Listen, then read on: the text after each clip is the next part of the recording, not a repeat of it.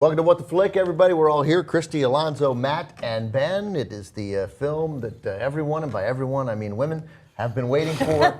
Kingsman. No. 50 Shades of Grey. Christy will describe.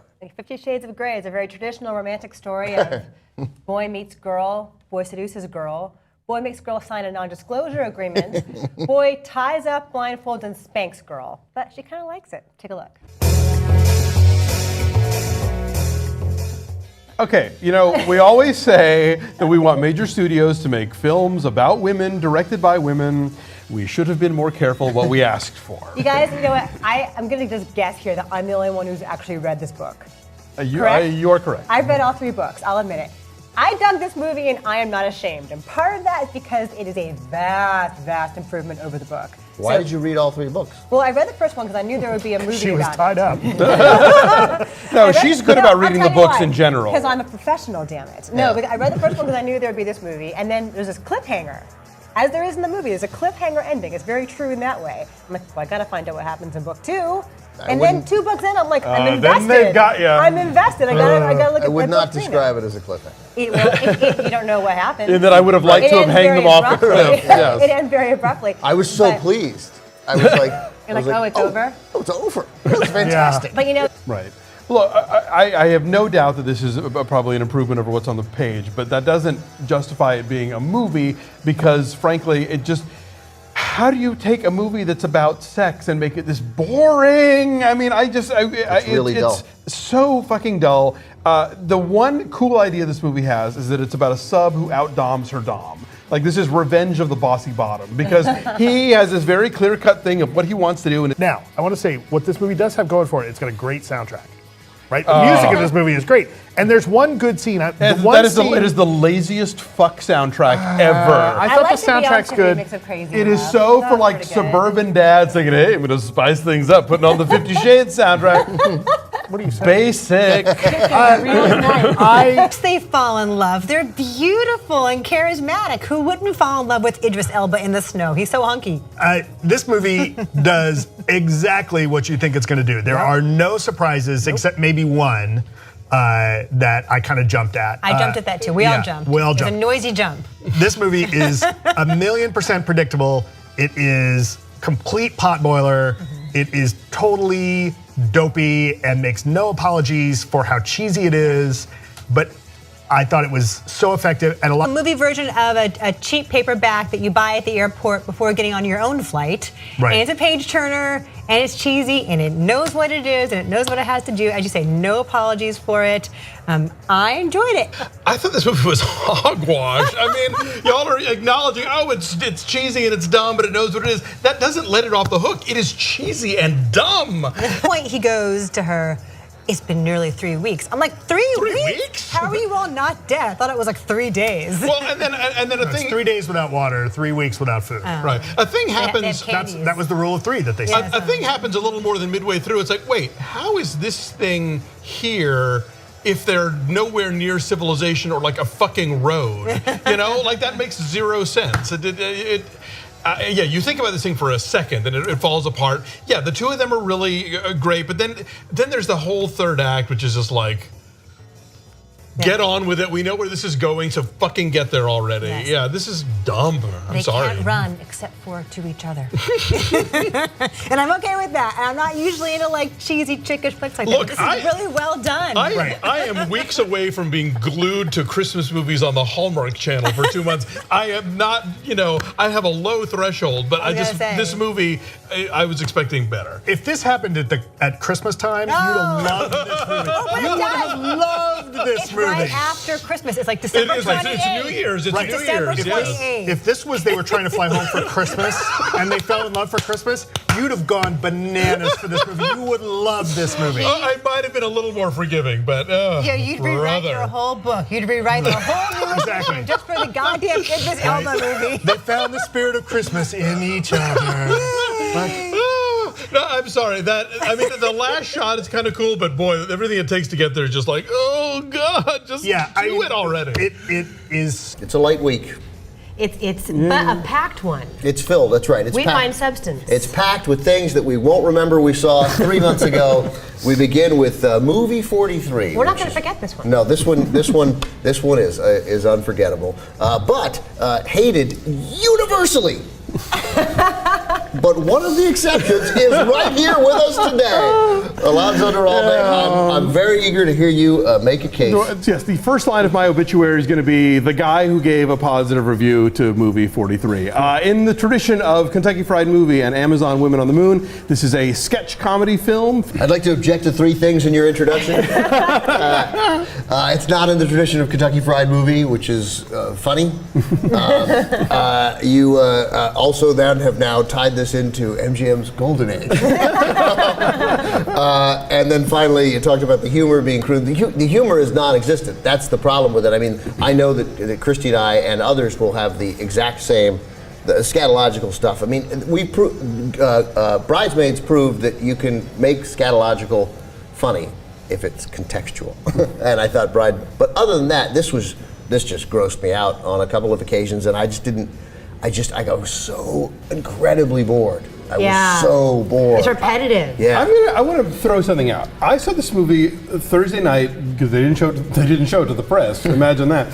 The Thursday night 10 p.m. screening in a fairly full theater. Yeah, and I, granted, laughed more than most of the people in there, but there was at least a general vibe of not hating this. Everybody else I know that saw it went to a morning matinee in with 4 people in a huge theater. Right, that's where and I saw it. Deadly silent. I think there's a possibility that I think by the way, in the right room with the right folks, it becomes less of a burden than if you're the tumbleweeds are rolling through. I would totally agree because So numbers, what's your number? A shockingly high number. Come to me last. Yeah. Okay, yeah. Okay, so I gave first. I gave it a 0.8. All right, I gave it a 1.3. I laughed Boy, a couple of you're times. janking it up. And now, da. Look, these things are funny or they aren't funny. I thought it was funny. I give it a 7.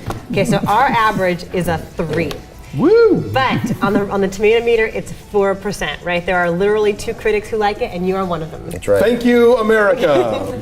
That in itself would have been a great movie. I think if you took out Sean Penn and the dinosaurs and the Earth's crust, you would have a great movie. And as it is, I think it's an unfocused, sort of philosophically wobbly movie that never quite knows what it wants to say, or at least doesn't convey it very clearly. But there's so much great stuff in it, and it's so great to look at that I still think people should see it. Although I think it is not a perfect movie by any means. Mad Atchity. Can you say Alonzo, you ignorant slut? No, Introduce on this? I won't say no because I will preface everything I say by admitting that I am very much in the minority here. The movie is at the high 80s on the tomato meter. Right. It won the Palme d'Or at Cannes. But I Yeah. think people are going to argue about this movie all year. and people are going That's to argue great. about it. That's Like, part of yeah, why it's sure. great. there are a lot of people who are far more knowledgeable about movies than I am who really like this. I fucking hated this movie. I hated this Do movie. you like Terrence Malick ordinarily? I do. I've enjoyed his movies. Okay. I found this movie to be extremely self-indulgent, extremely masturbatory. Like, to take what he was trying to do, to take the idea of telling a movie almost completely in montages is something that you could do in a short film. There's no excuse for doing this as an almost 2.5-hour movie. I just felt like, because I felt like you didn't necessarily learn anything. When you get the whispered voiceover of, God, where are we in your vision? And then you get, 15, 20 minutes of the creation of the universe? Please. It's very pretty, though. Well, it's beautiful, but who fucking cares? I like to say that it's a movie about daddy issues where one of the daddies happens to be God. Perhaps you've heard of them. I'm still alive. Yay! Oh, I'm still alive. So yeah, there's been some things happening this week regarding The Dark Knight Rises, regarding Rotten Tomatoes, regarding Christie's review, regarding internet commenters being assholes, and it all boils down to this. Everybody calm the fuck down. Right. Thank you. Matt, what's this movie about? This little tiny indie charmer. This is a movie seemingly made to incite fanboy rage. No, Take a look. actually, this is the Done. third Batman movie from Christopher Nolan. What do you think? Sure. Mad Atchity. 7. 7.8. I'm giving it a 5. It's solidly mixed. And I'm going to say, do not question Christie's breeding just because she gave it a 5. She's a smart lady. when you do that kind of stuff, we all know this, you sound like a dipshit. I might be a horny, frustrated housewife, though. That might play into my thinking sometimes. Just because you've been sick. Sometimes that could be it. I could. It's possible that I'm just frustrated in general, and it's clouding my thinking. Listen, but probably not.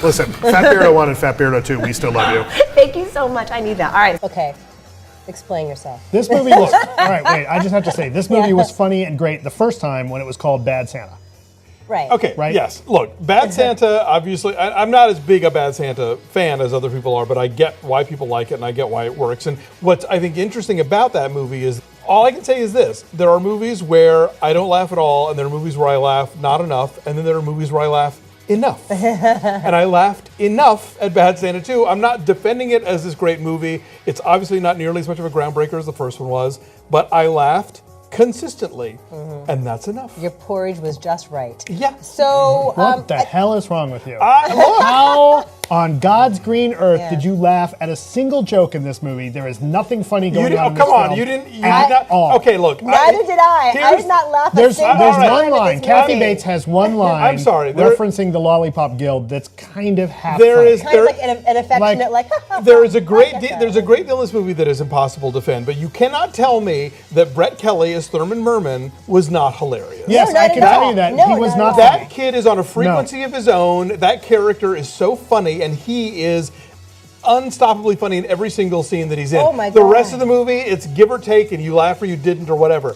He is brilliant in this movie. He is not. It's a one-joke character, and they're just mean and And we making saw fun that of joke him. in the first- I really wanted to laugh, and I instead sat there at the scenes between Kathy Bates and Billy Bob Thornton, just like, oh my God, you people deserve so much better material than this. Like, Kathy Oscars, Bates- Oscars among them. Kathy and Bates is ill-used, I will grant you. She's like sitting As on is the everyone toilet else- At one point. as is everyone else in this Christina film. Hendricks.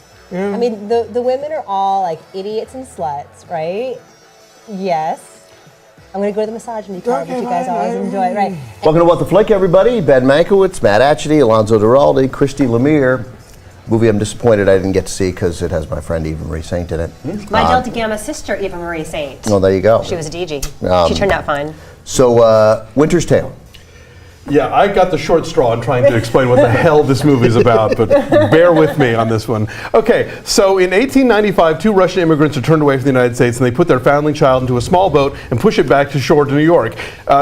21 years later, he grows up to be 38-year-old Colin Farrell, who is on the run from a bad mobster who's actually a demon, played by Russell Crowe, and he escapes thanks to a magical flying horse. That's the first 5 minutes. And then Lady Sybil is dying again. Take a look. And then the movie gets weird. Oh my God! It is kind of bad. Holy crap! This movie just does not care. It is just gonna go for it and like throw out. There's miracles and there's demon gangs and there's consumption and a 107-year-old newspaper editor and I'm doing the math in my head. I'm like, okay, so if Eva Marie Saint's character is like 5 years old in 1916, Yeah. and now it's 2014, like. Is she 105 or something? Something like that. Yeah, she's a centenarian. She looks good. And But she's still plucky. She looks like Eva Marie Saint. She looks great, and she's still running a newspaper. And I'm fine with the Well, that's idea. how you know she's of, old. She's still in the newspaper. That's true. Yeah. I'm fine with the idea of.